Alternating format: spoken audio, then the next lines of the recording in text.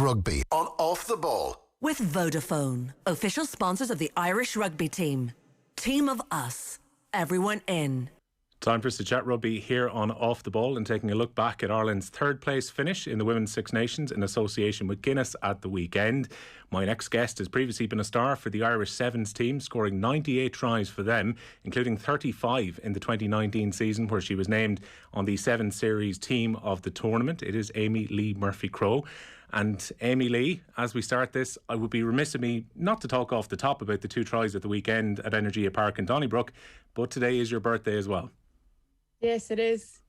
I turned 26 today, so it's a good day. The sun is shining and I get to celebrate my birthday.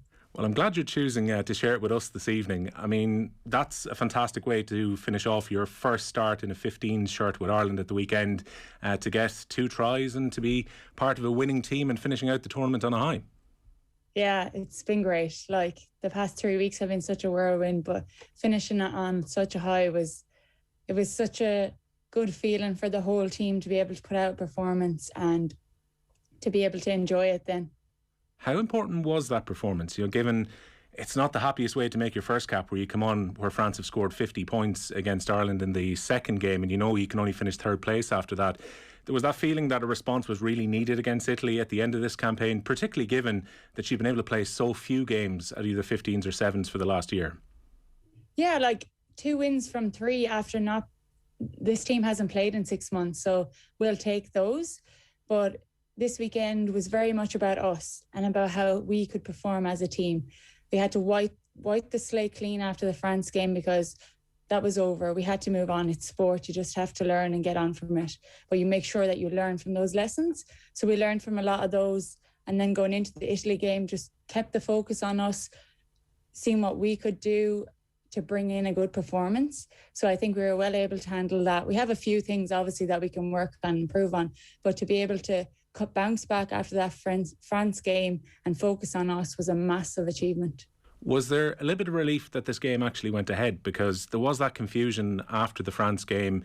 Initially, this game was down for Parma, and then there was going to be issues around travel, and then Italy decided they were happy to travel to Dublin to play.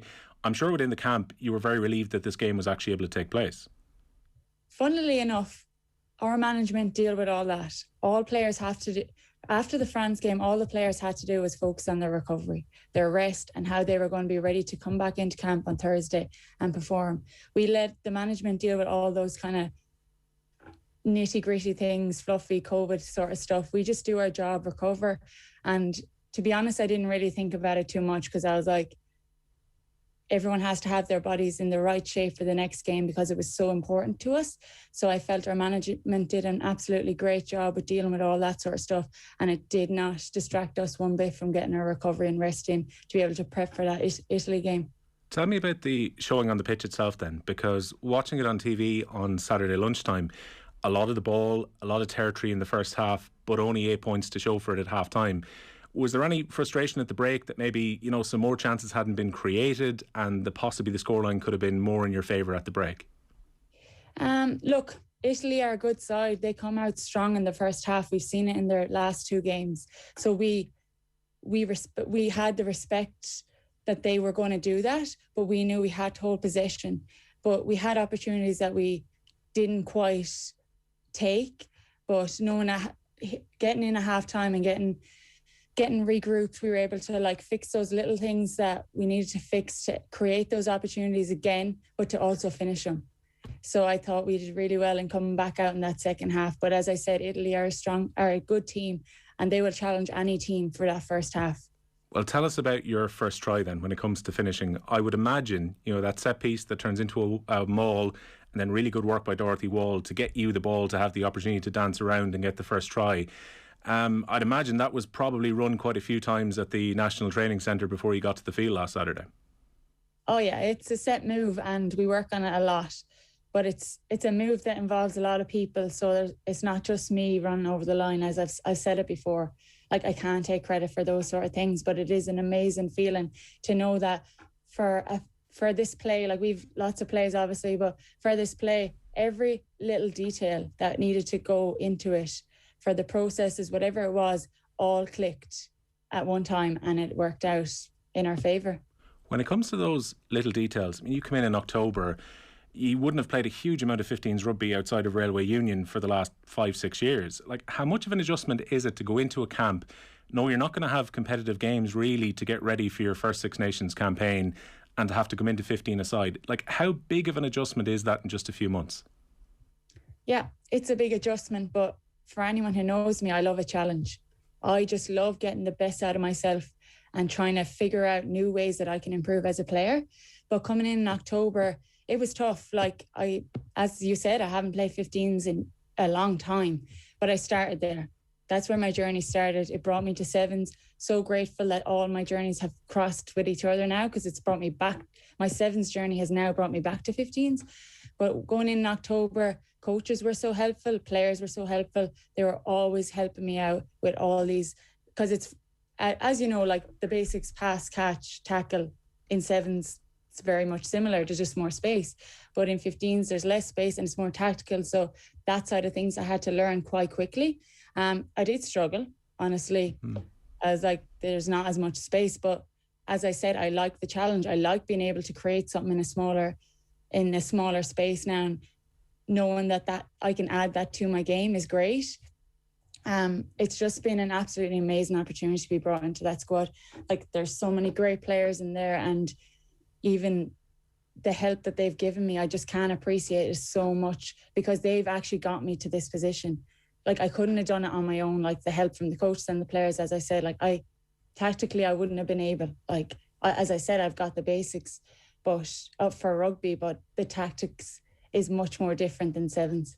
Is that mainly on the defensive side of the ball? Because I remember talking to Jordan Conroy about this, who's been flying with the men's sevens team, and he was saying the biggest adjustment he had when he went back to Connacht was that he was taking very different defensive positions for sevens, because naturally you're trying to cover more space, you're probably not defending the same channels that you would be in 15 aside.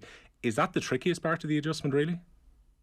To be honest, I love defending, so I love that part of it. So I don't actually mind what position in the field I be defending, if it's on the wing, if it's in the backfield, if I have to come up, things like that, I don't mind. So it's similar in a way. Like, in my mind, it's like, Lee, you're not going to let a player get past you. This is my mindset. You can't let a player get past you, because you are one person in the team that's going to help stop this team from getting past you, so you can do all you can do. Same for sevens. You just have to think, don't let this player get past you, because it's for the team. You tackle this player, we can reset, and it just helps. It's just my mentality really, is that I don't want players to get the attacking team to get past me. Because on the attacking side of things, Dave Nucifora has argued for a long time that players who go to play sevens are going to improve their skills in the loose, and particularly when it comes to backs, they're going to be better at exploiting space and better in terms of running with the ball in hand from their sevens experience. I would imagine, you say you started out at 15s, but you've been playing sevens now for the last 6-7 years. I would imagine, like, since you joined up with the sevens squad coming out of your teens, it's probably improved your skill set a remarkable amount in that time. Yeah, funnily enough though, I spent a year in LIT. I was studying at the time, and I was in the rugby academy with Joy Neville. She's a referee at the moment. I'm sure you've heard of her. And for every day that I was in college, she got me up to her office, and I passed every day with her that I was there. So to this day, I thank her for being able to pass. Going into sevens, I needed that. Like, you have to be able to pass. If there's space, you need to be able to pass the ball. You could have to pass it 5 meters, but you also could have to pass it 20. So you have to have that ability of passing. But yeah, like you said, sevens has a lot less space, or a lot more space than 15. So in 15s, you have to be able to evade within a smaller space.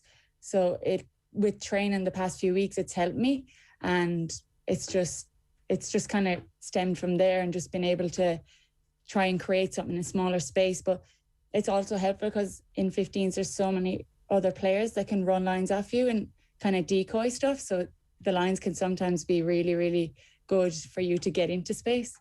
The pandemic hasn't opened up too many opportunities for people, but in a way, for you and the 4 girls who come in from the 7 squad to be part of this 15s team, it has opened an opportunity in many ways, because if the 7 series had been on, in all likelihood you're probably not playing 15s currently. You had to kind of adjust and adapt to what happened with that season being curtailed due to the pandemic.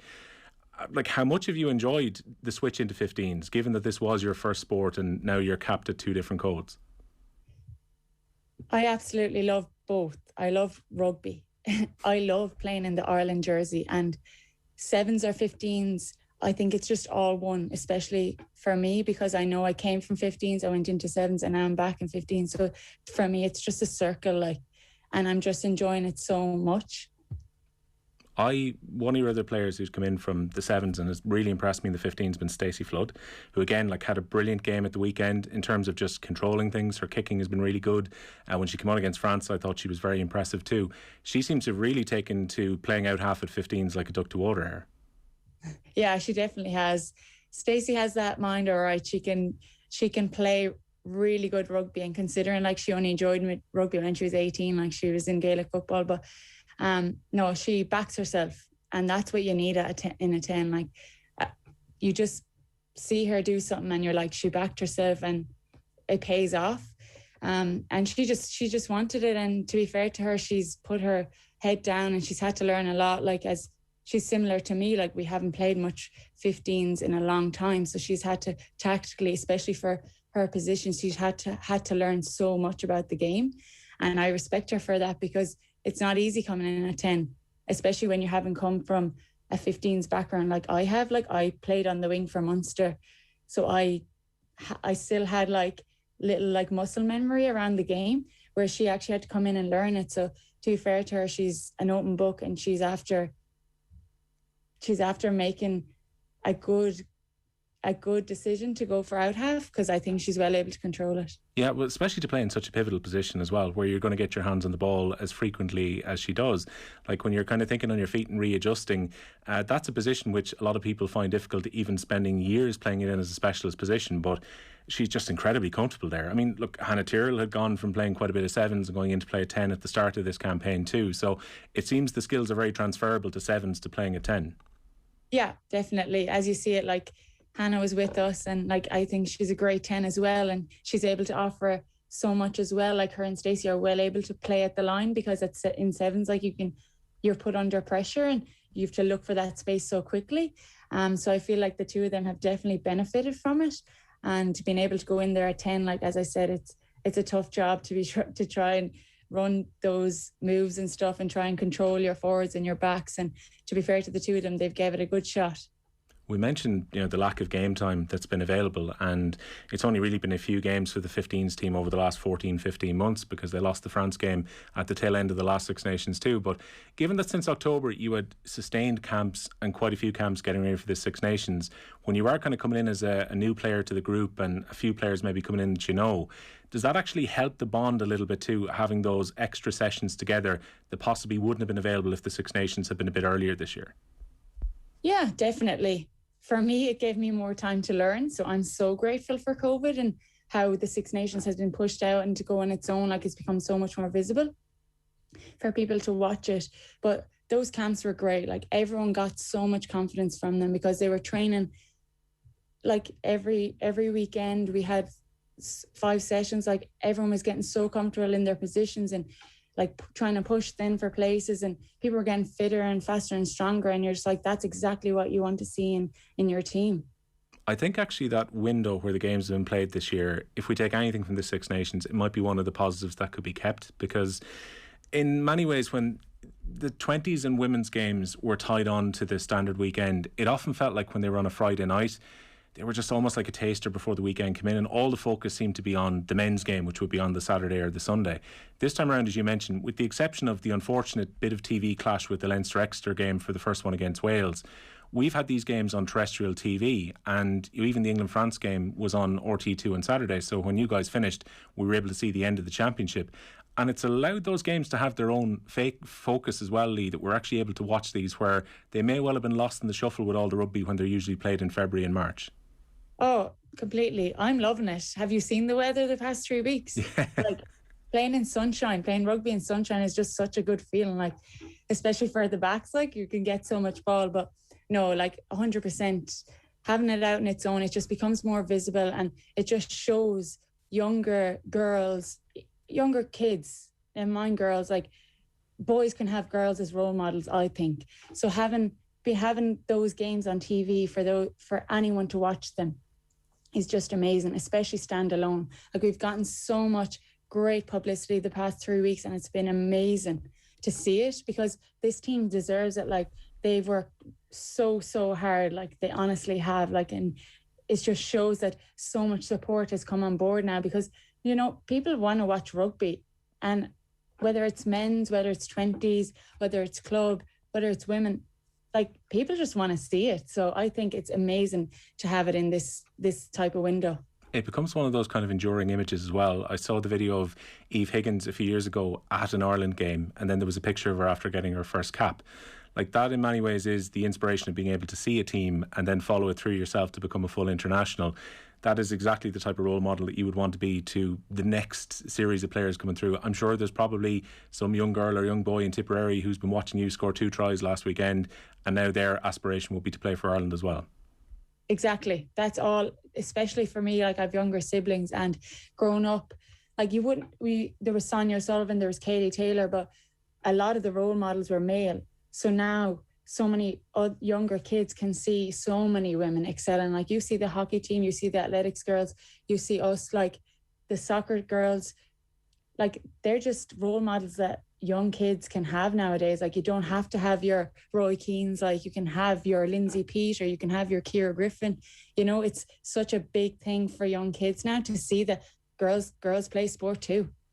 I believe you were quite an athletics fan when you were younger too. Like, I was talking to Alison Miller about this before, and she was saying that almost going into rugby was the natural thing to do when you had that kind of explosive pace, because she was hugely into athletics when she was younger too, and she said that was actually extremely helpful when she went to play rugby. Was that the case with you as well? Yeah, I did athletics for years, and I had a great athletics coach, Breda Christie. She's amazing. To this day, I thank her for my speed, because, you know, she taught me things that are just habitual to me now, especially with running wise. But yeah, I finished athletics when I was around 15 and joined rugby. I felt like I was ready for a team sport, to be honest. It's tough training on your own individually, and I am so glad I made the move to a team sport. I'm not great with kicking, so I didn't know if I was going to fit in with soccer or Gaelic at the time, but I'm so glad I made the choice to go for rugby, because it's after offering me so many opportunities. Like, someday, even within the sevens program, like, I grew up watching the Olympics, wanting to go to the Olympics, and now I get a chance at some stage in the future, not this time around going to Tokyo, but that I might be able to qualify for the Olympics. And that's a childhood dream for me, is to be an Olympian.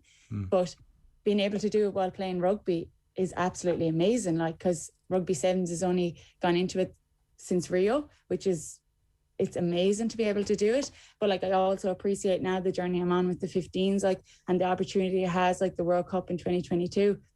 I was just going to say, this almost preempts my next question, because I have a feeling I know what your answer is going to be. You say you love both. You've got, Rugby World Cup, just by circumstance, is going to be next year in New Zealand as opposed to this year. Qualifiers, we're still awaiting the full details, but wins against Spain and Italy, and Ireland are off to New Zealand next year. You've got the Paris Olympics coming around in 2024. Given that the sevens are doing, really well in terms of being on the World Series, you'll have aspirations about qualifying for those finals. Is this going to be a bit of a balancing act for you now over the next 2 years, that you'll want to be involved in both camps? Yeah, but I have full trust in our coaches that they're going to be able to balance it out for us. Like, teams can do it. Like, teams can play both, players in teams can play both sevens and 15s, and we've seen it. There's many Olympians, medalled Olympians, that have played in World Cups, 15s World Cups. So it can be done. So I have full faith that our coaches are going to help us out with this balance over the next couple of years, because, I mean, playing rugby is just, for me, it's just such a thrill. And whether I'm doing sevens or 15s, like, it's just such an honour. So I would appreciate it so much if I was able to balance it out brilliantly next year. Like, both teams, they offer so much differences, but I just enjoy being with the two teams. Yeah, and I'd imagine as well, I think Senia Nipu was saying at the weekend, it's like a Bit of a break now. There's going to be another camp in about 6 weeks' time, and it's focused back onto the World Cup qualifiers after that. I'm sure you're just looking forward to, and it'll be the management team dealing with this, of course, the details in terms of what's going to happen with the World Cup qualifiers, where you can actually set some goals around that, because at least you know in the 7 series that's coming back this summer and you can start to focus back on that. When it comes to the 15s, I'm sure you're looking forward to getting some clarity on those World Cup qualifiers and being able to at least lay out a path to try and get to New Zealand now. Exactly. But as I said, our management will deal with all those dates and stuff like that. But for us as players, we just have to be in the best shape possible after these 6 weeks. Best shape, but also best mind, because it's going to be a long road from July until whatever date this World Cup qualifier is. So we all rest, recover right now and get our minds right and chill out, because it's been a long road. Like as they've said, there's been some like 20 camps. Like that's tough going on the mind, so, and physically. And then the 3 games, which are all physical. So like getting these 6 weeks out of the way and your rest and your downtime was great. But then like we want to be in the best shape possible when we come back in July, so we can give absolutely everything for every session, because there'll be a number of sessions, but every session is going to count, and every little detail in those sessions are going to count even more, especially going into a World Cup qualifier. Well, Leigh, my congratulations on the strike rate being almost the same as 7s. 2 caps, 2 tries so far. It's almost keeping that 1-1 strike ratio up. It's a 3rd place finish for Ireland in the Six Nations in association with Guinness, and perhaps far more importantly, enjoy the rest of your day after turning 26. Thank you very much. Rugby on Off the Ball. With Vodafone, official sponsors of the Irish rugby team. Team of us, everyone in.